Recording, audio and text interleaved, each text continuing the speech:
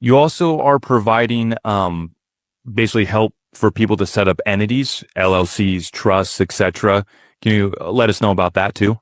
Yeah. So a lot of people want to be able to mitigate taxes either on the returns or on the capital gains on their digital assets as they appreciate. Like you mentioned, I would encourage people to go ahead and get those things set up now if you anticipate having a liquidity event or using these assets to produce revenue to be able to have passive income and supplement your income or lifestyle. Putting and protecting your assets inside of an entity is the way to go about it. We require, anybody that participates with Digital Wealth Partners to have an entity that they're holding the assets in. We don't work directly with individuals. So all of our clients have an asset protection trust that they've set up or an LLC, either here domestic in the US or in Nevis or in Dubai. We work with international people as well and help them also set up the entities to protect their assets and mitigate taxes. Now, for some folks, they're listening, they're saying, well, I don't have millions and millions of bucks.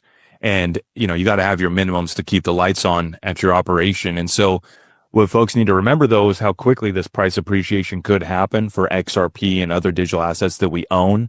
So even if you're not at some of the minimum requirements yet, you might be very soon. Yeah. So, I start to look at putting assets into an entity somewhere between $50,000 and $80,000 worth of value, especially if you're anticipating, a 10, 5, 50, 100x return on these assets. I mean, that can escalate very quickly, like you mentioned. During a bull run, I mean, we see hundreds of percent in a day. If you weren't here in 20 and 21, you've had to deal with some of the downside and the volatility there, but the upside's a lot more fun, I can promise you. And you're going to be emotional and you want to have things in place before that happens, right? If you've already got bank accounts, you've got exchange accounts, you've got all this stuff and you've done the pre-work, it becomes much easier, not scrambling at the last minute to get this stuff set up and mitigate taxes.